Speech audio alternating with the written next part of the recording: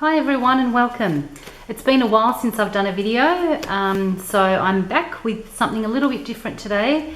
If you follow my blog or any of my social media pages, you would know that I've been doing a creativity coaching course with Whitney Freya, and this is her book, The Artist Within. We're actually into the final month of the coaching and we're working through this book in the final month.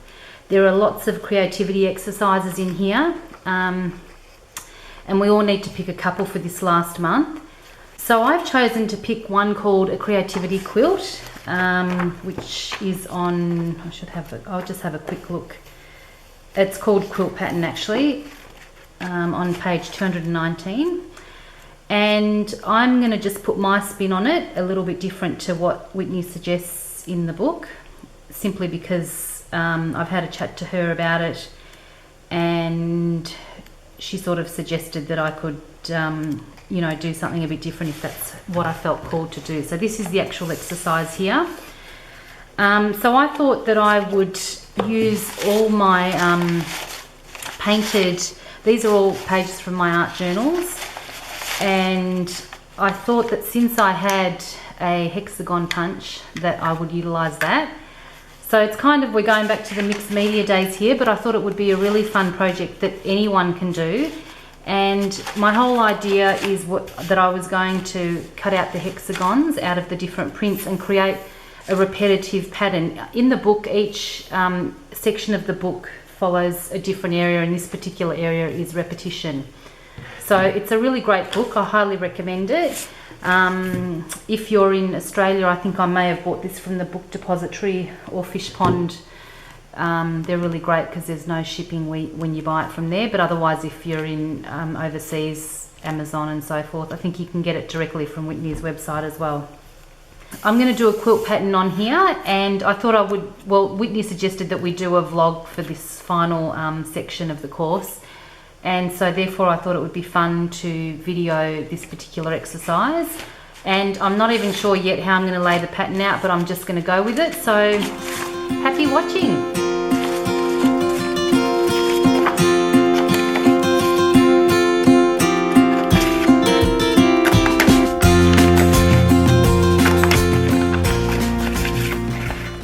The first part of this is going to be just to cut out a whole lot of hexagons. And I've tried to choose a few different colours in the pattern papers that I've created, and really do this with your own pattern, like if you use scrapbooking pattern papers, do that as well. So I've had quite a bit of fun creating some of these patterns, and sometimes I sort of wonder, what am I going to do? Often they're backgrounds that I'll add to them, but I just thought, well, they kind of look cute as backgrounds. This is a really fun idea.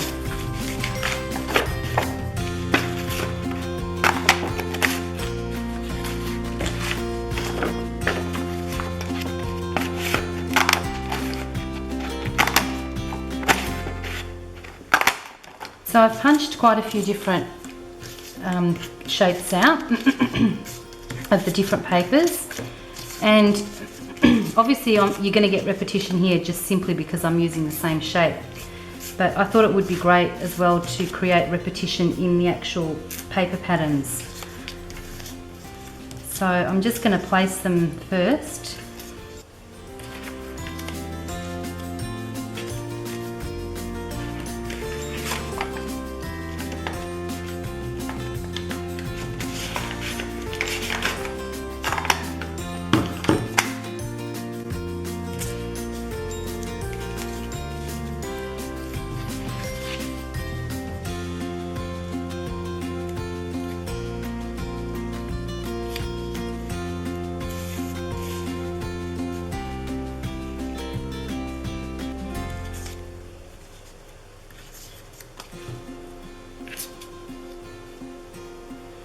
Okay, so what I'm sort of noticing is as I'm placing them that I was going to try and do a circular pattern, but it's almost easier to do them in lines. Although I like the middle part, so I'm going to keep the middle section, I think, if I can, but I think that I need to, when I'm placing them, is to place them in rows. It's probably the easiest way to make them all fit. And once this is done, I mean, apart from the fact that it's going to look cute as it is, and you know, you could even frame it or chop it up and use it, you know, use it as a scrapbooking page, or a page for some art journaling, or even cards. I'm just going to keep playing with the way I place this, and then I'll come back and Mod Podge it all down, or use decoupage and get it all down. So I think it's easier to start from the middle that way, and then go from there. You sort of know where you're placing things. So I haven't exactly measured the middle, I'm just going to eyeball it.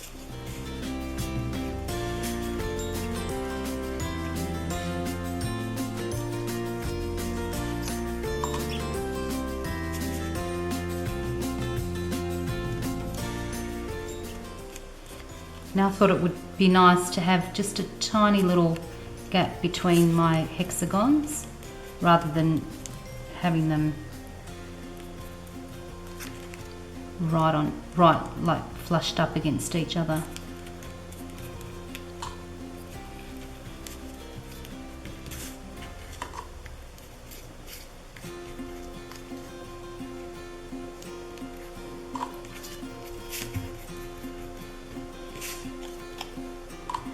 Okay, so once you've got your first strip down, it's easier then to just add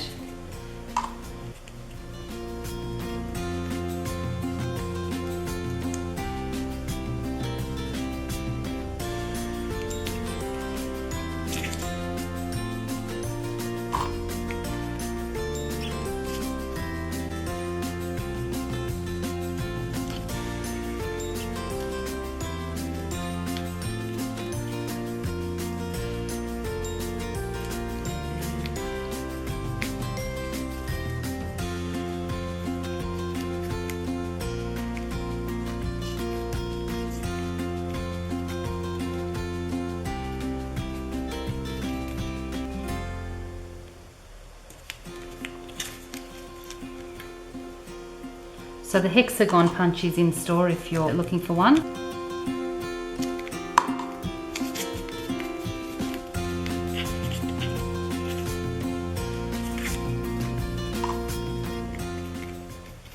So I touched on before that this was about repetition, and there's an exercise in Whitney's book where you can take a little survey and see what areas you're sort of lacking in.